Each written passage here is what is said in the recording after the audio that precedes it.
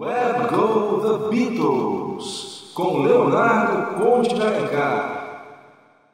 Entrando no ar, mais um Where Go The Beatles. Edição número 39, abril de 2016. E no programa de hoje, a gente vai destacar o álbum Wings at the Speed of Sound, que completa agora 40 anos de lançamento. E também teremos mais homenagens a George Martin. Vamos começar com a canção que é não somente a mais importante do Speed of Sound, como também uma das mais importantes da carreira do Paul, Silly Love Songs. I'll just do this bit.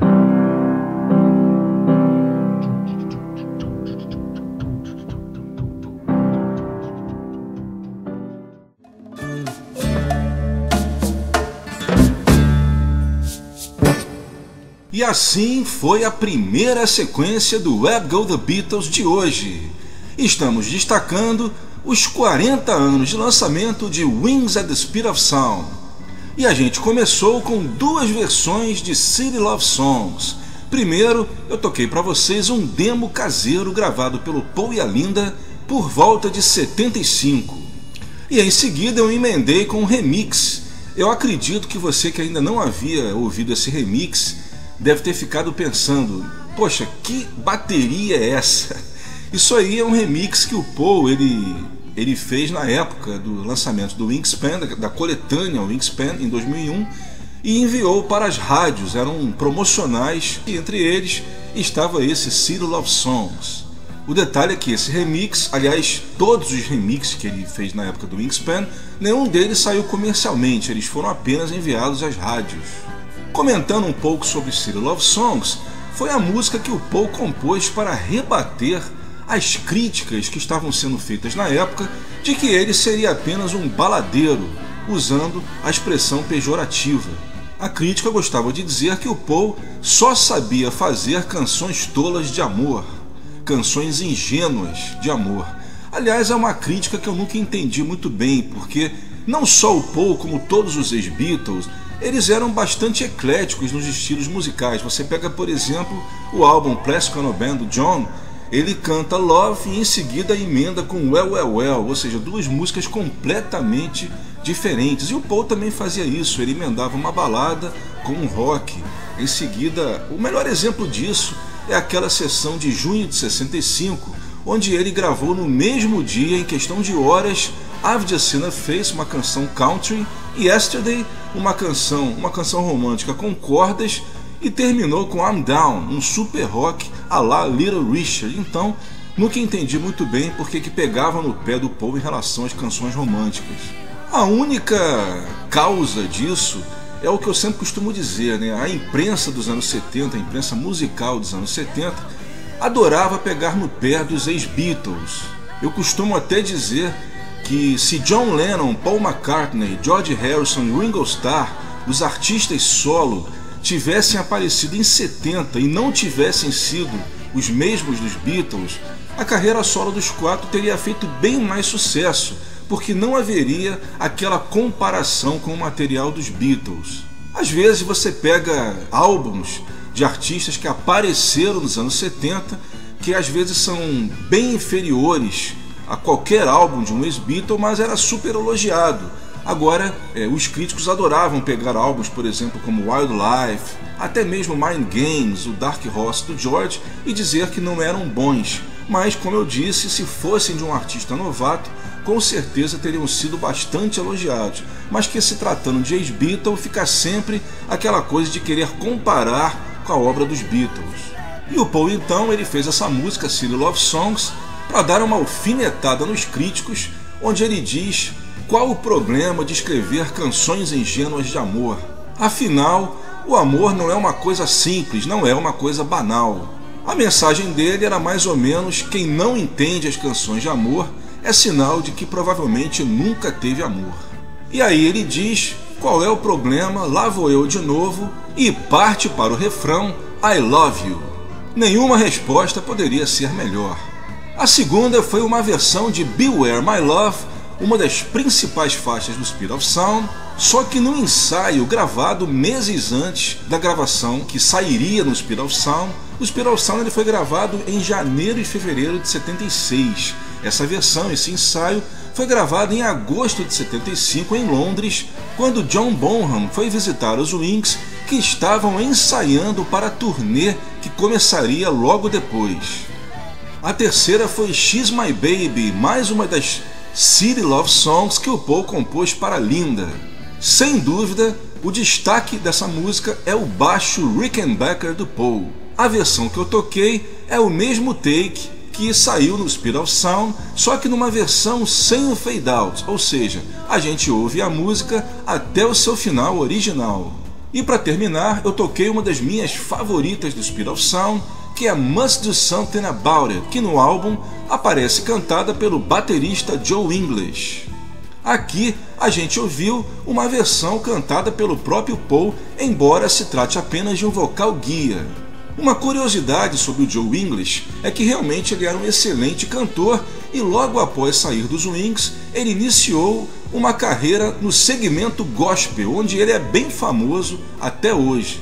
Must Do Something About It, Beware My Love e o demo de City Love Songs saíram oficialmente no CD bônus da versão deluxe do Speed of Sound, da versão da Archive Collection, que infelizmente não saiu no Brasil. Enquanto essa versão que eu toquei de She's My Baby, essa é inédita até hoje.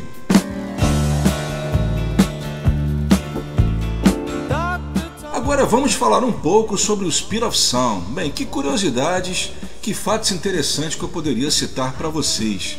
Bem, eu acho que o principal é que o Speed of Sound até hoje ele mantém o recorde de álbum do Paul que mais tempo permaneceu no primeiro lugar da parada. Ele ficou 7 semanas seguidas no topo da Billboard.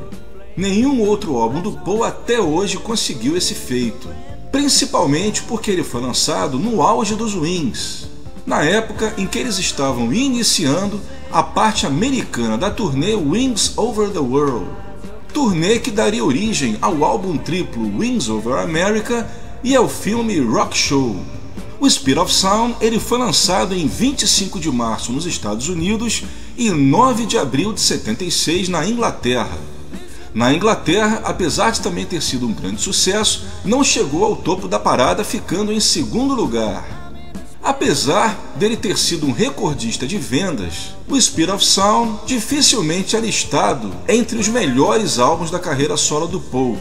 Isso sem dúvida é devido ao fato dele ter dividido os vocais do álbum com os outros integrantes do grupo. O álbum tem 11 músicas, onde o Paul canta 6, Denny Laine canta 2, a sua composição Time to Hide e The Note You Never Wrote, canção que Paul fez para ele.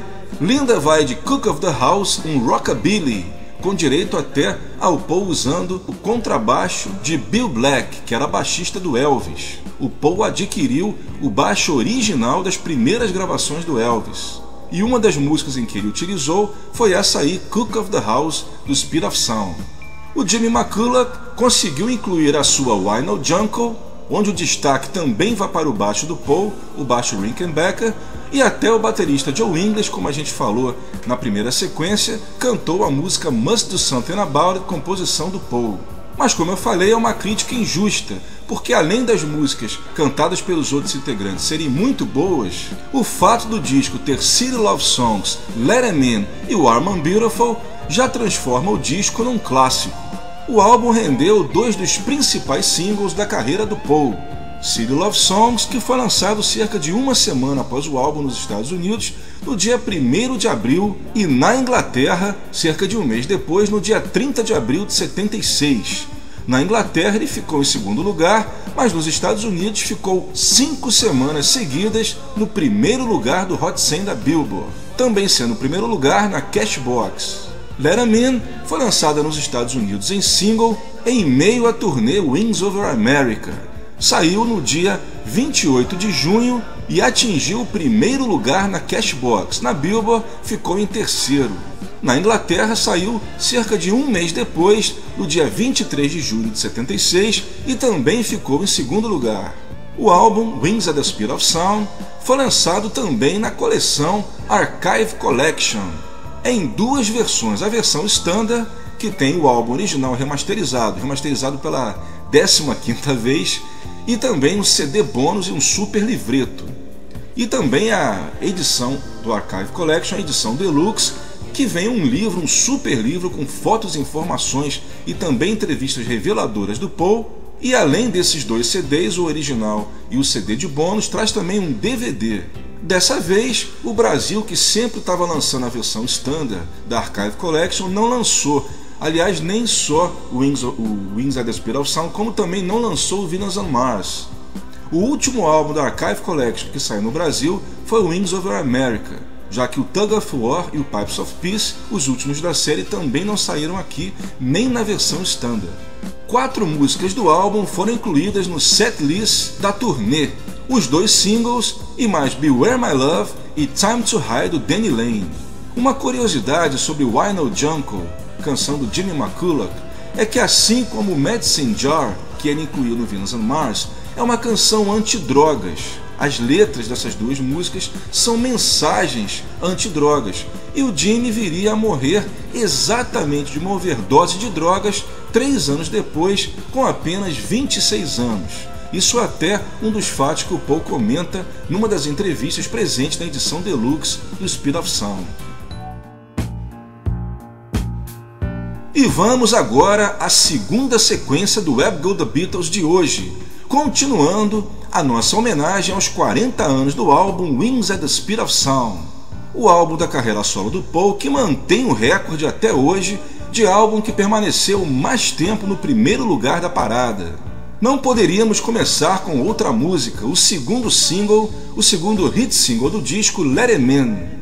Let It In é uma canção que o Paul toca até hoje no setlist. Infelizmente, a City Love Songs ele só tocou na turnê Wings Over America e depois nunca mais. Mas a Let It In, volta e meia, ele inclui em seus shows. E eu tive a oportunidade de ouvir essa música ao vivo com o Paul pelo menos 3 vezes. As 2 primeiras nos 2 fantásticos e inesquecíveis shows do Rio em abril de 90. E melhor ainda no soundcheck do show do HSBC Arena, que foi o show mais intimista do Paul no Brasil, já que o HSBC Arena, para quem não conhece, é bem menor do que um estádio, então a gente pôde ver o soundcheck de uma distância bem menor do que o comum. Com certeza um privilégio. É uma canção que ele aproveita para homenagear vários amigos e parentes. Ele cita inclusive o John quando ele fala Brother John, o irmão Michael, a tia Jean, Auntie Jean, e até os Everly Brothers, Phil and Don Everly.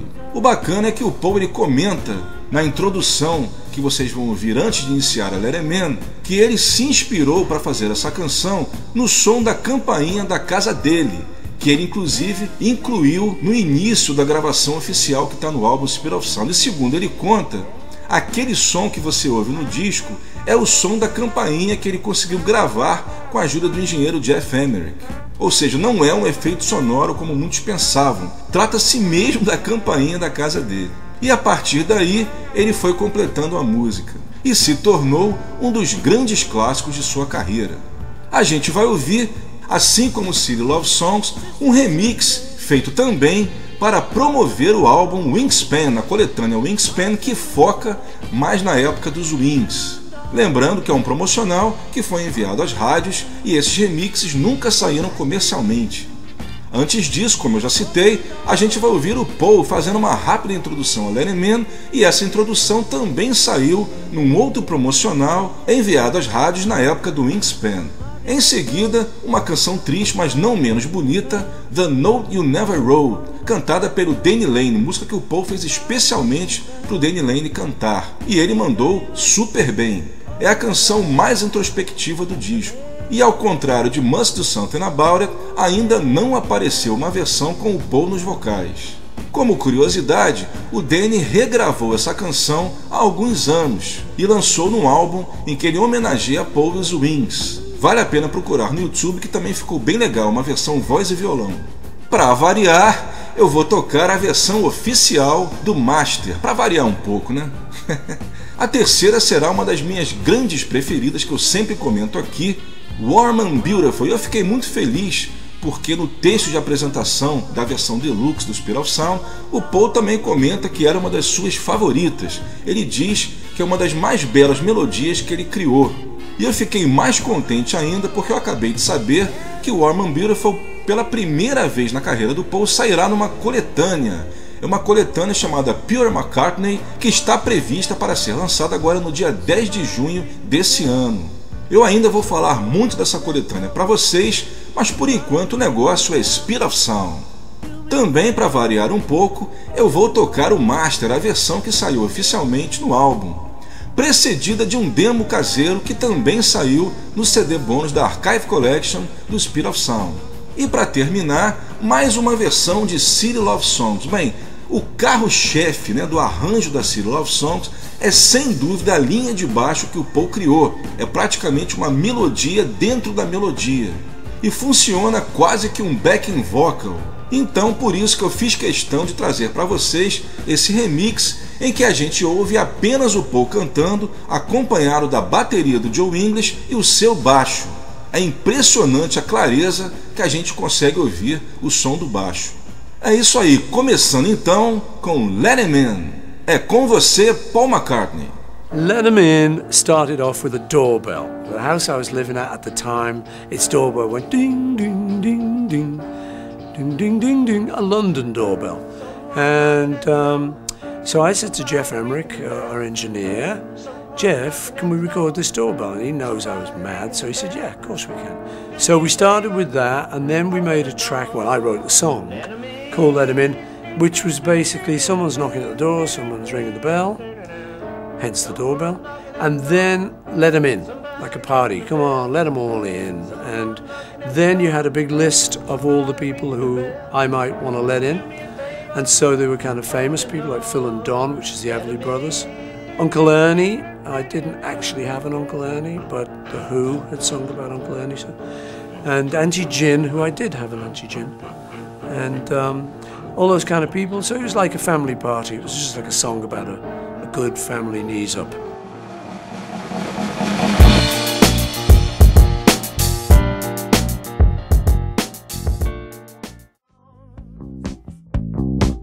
And what's wrong with that?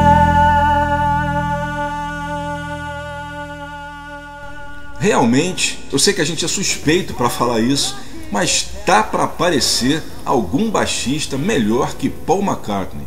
A gente ouviu então essa última, foi o remix com apenas voz, baixo e bateria de City Love Songs. Antes foi Warm and Beautiful, o demo e também a versão oficial. A segunda foi The Note You Never Wrote, cantada pelo Danny Lane, composição do Paul. E começamos com Let 'Em In, versão remix, enviado às rádios para promover o álbum Wingspan em 2001.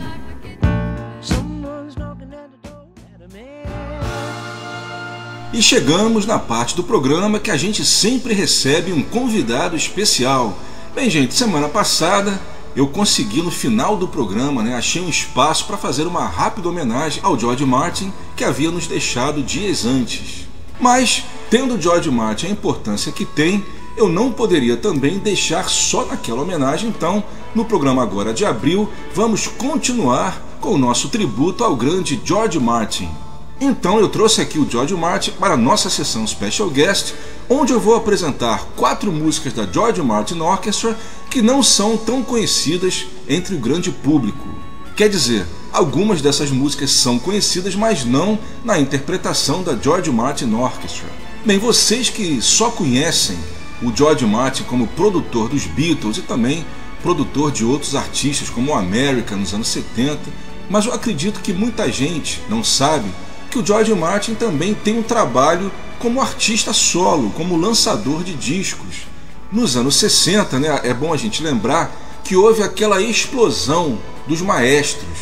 Então a gente tinha o Ray Conniff, tinha o Bert Kaempfer, o alemão, que também chegou a produzir os Beatles na Polydor, James Last, Frank Purcell, Percy Faith e muitos outros. E o George Martin também acabou entrando nessa onda, maestro, não poderia deixar. Mas o fato é que esses outros maestros, sem querer desmerecer ninguém, esses outros maestros, eles tinham uma demanda muito grande, então eles lançavam assim, tipo 3, 4 álbuns por ano, onde eles apresentavam os hits do momento, só que em versões instrumentais. E justamente porque eles lançavam muito material, eles não tinham muito tempo de lapidar isso, então eles lançavam os arranjos praticamente iguais aos originais, não mudando quase nada, apenas versões instrumentais. Já o trabalho do George Martin, ele com certeza ele estava num nível acima, porque como ele não lançava muitos discos, ele tinha mais tempo para elaborar os arranjos, então ele usava instrumentos difíceis de você encontrar normalmente nas orquestras, instrumentos exóticos, e saber realmente fazer um disco de bom gosto. Assim, ele lançou vários discos com a sua orquestra nos anos 60. A gente pode citar o primeiro, que foi o Off the Beatles Track, um álbum só com músicas dos Beatles e que, por curiosidade, saiu aqui no Brasil em 64, um milagre, Saiu aqui com o título de Beatles Instrumental. Esse disco, inclusive, é um item raríssimo. Hoje em dia saiu pela Odeon com capa sanduíche e é um disco que eu procuro há muito tempo, mas nas poucas vezes que eu vi por preços assim que eu teria que vender o meu carro para poder comprar. Então, nada feito, mas é um álbum que realmente quero muito ter na minha coleção, que, se não me engano, também foi o único dessa série que saiu no Brasil. Depois ele lançou um outro álbum só de Beatles, chamado George Martin Instrumentally Salutes the Beatle Girls. Ele regrava, em versões instrumentais, músicas dos Beatles cujo tema é a mulher. Tudo bem que eu não sei o que a Yellow Submarine está fazendo ali no meio, mas a maioria das músicas, pelo menos, tem a mulher como tema. E esse disco é muito legal porque a capa dele, aparece o George Martin lá cercado de belas garotas, instrumentos e várias garotas agarrando ele ali com aquela pose de canastrão, de ator de Hollywood, meio sem jeito assim, e as garotas ali com os discos dos Beatles, muito bacana. Esses dois que eu falei, inclusive, são os únicos da George Martin Orchestra que saíram em CD. Já tem bastante tempo isso, tem uns 20 anos que esses discos saíram, mas eu acredito que se você procurar, você não acaba achando no eBay. Vale a pena, que o som está muito bom. Além disso, ele também lançou outros álbuns onde ele misturava músicas dos Beatles com hits de outros artistas contemporâneos. Então, que eu me lembre, tem o George Martin Scores the Hits, tem um álbum também chamado And I Love Her, que é muito bonito, London by George é outro também que eu me lembro, e algumas trilhas de cinema também, como o próprio Live and Let Die, que tem a canção Paul como tema principal. Mas eu acredito que os dois mais interessantes mesmo, que é uma pena que ainda não tenham saído em CD, são as trilhas alternativas que ele lançou para os filmes A Hard Day's Night e Help. Vocês devem lembrar, ainda mais agora que esse disco ficou mais popular por ter saído em CD e também aqui no Brasil, que é a versão americana do A Hard Day's Night, onde tem 8 músicas dos Beatles e 4 da George Martin Orchestra.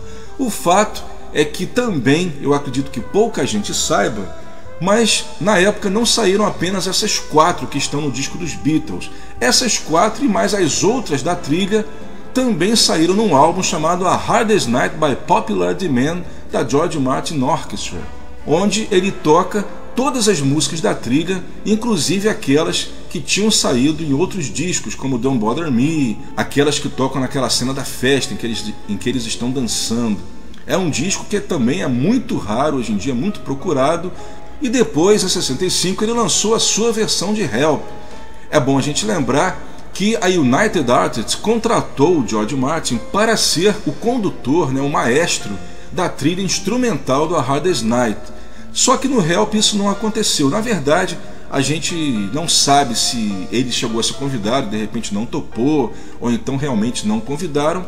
O fato é que o Help, a parte instrumental do filme, é feita pelo maestro Ken Thorne, que era um maestro especializado em trilha sonora nos Estados Unidos. Mas o George Martin, ele resolveu então lançar uma trilha alternativa. Ele lançou um álbum com toda a trilha do filme Help e mais as músicas de Lennon McCartney que aparecem no lado 2 do álbum em inglês. E junto a essas músicas, ele compôs uma música chamada Bahama Sound, inspirada nas cenas dos Beatles no filme passadas nas Bahamas. E é justamente a Bahama Sound que vai começar a nossa sequência de homenagem a George Martin. A grande curiosidade a respeito desse álbum Help, da George Martin Orchestra, é que a versão que saiu nos Estados Unidos é bem diferente da versão inglesa. A versão inglesa começa que na capa tem uma foto do George Martin. Nos Estados Unidos, que o mercado americano sempre foi bem mais marqueteiro, eles colocaram uma foto dos Beatles, porque eles sabiam que iam ter mais chance de vender. O George só aparece na contracapa. E mais ainda bizarro, bem mais bizarro do que isso, é que 3 das músicas, Yesterday, I've Just Seen a Face e It's Only Love, aparecem nesse álbum americano com outros títulos, com seus títulos de trabalho. Assim, Yesterday saiu como Scrambled Egg, I've Just Seen a Face como Empty Jeans Theme e It's Only Love como That's a Nice Hat. E até hoje nunca foi explicado direito por que isso aconteceu. Bem, analisando o contexto, desse disco e também dos fatos da época, a gente pode apenas deduzir. Um motivo plausível para mim é que tem havido algum problema em relação a copyright. O fato é que quando esse disco do George Martin foi lançado nos Estados Unidos, essas 3 músicas ainda não haviam sido lançadas nesse país com os Beatles. A Yesterday sairia um pouco depois em compacto e It's Only Love e I've Just Seen a Face sairiam somente em dezembro no Rubber Soul.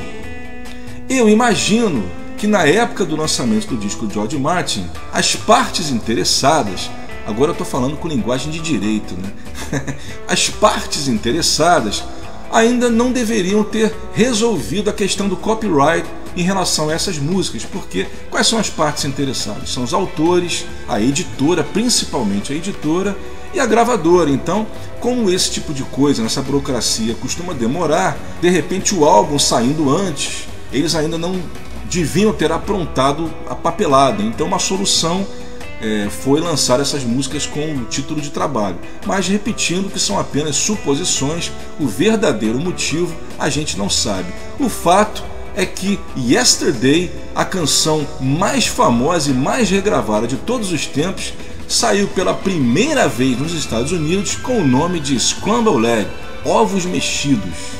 Desse disco eu vou tocar É um Chapéu Legal, That's a Nice Hat, ou seja, It's Only Love, uma versão realmente que ficou muito bonita. A trilha sonora perfeita para qualquer casamento. A terceira será Love in the Open Air, a música principal da trilha sonora do filme The Family Way, que foi composta por Paul McCartney com uma pequena ajuda de George Martin. Lembrando um pouco da história, no final de 66 os Beatles entraram em férias. O John aproveitou para filmar How I Won the War com Richard Lester. O George foi aprender cítara com Ravi Shankar na Índia. O Ringo foi acompanhar o John e o Paul resolveu aceitar o convite para compor essa trilha. Como ele não sabia ler música, ele pediu auxílio ao George Martin e o George trabalhou na transcrição para a partitura dos temas que o Paul compôs para a trilha. A trilha do filme, que foi gravada em dezembro de 66, apesar de ter sido toda com arranjo do George Martin, não foi a George Martin Orchestra que gravou o disco, a trilha que saiu oficialmente e que toca no filme. A trilha foi gravada por músicos contratados pela produção que ganharam o pseudônimo de Tudor Minstrels. Apesar da trilha ter saído com os Tudor Minstrels, o George Martin também fez questão de gravar a sua própria versão, não só de Love in the Open Air, mas também o Theme from the Family Way. Essas 2 versões do George Martin saíram num compacto mais ou menos na mesma época da trilha sonora. E diga-se de passagem, a versão da Love in the Open Air com a George Martin Orchestra é bem mais bonita que a que saiu na trilha do filme. E é justamente essa que vai ser a terceira da nossa sequência. E para terminar, uma versão de A Day in the Life que o George Martin registrou com a sua orquestra no álbum Beatles to Bone and Bar, que ele lançou em 74. Lembrando que a orquestração de A Day in the Life que saiu no Sgt. Pepper foi feita pelo George, e é bastante legal a gente poder ouvir a mesma orquestra tocando a música inteira. Espero que vocês curtam. Vamos começar então com Bahama Sound.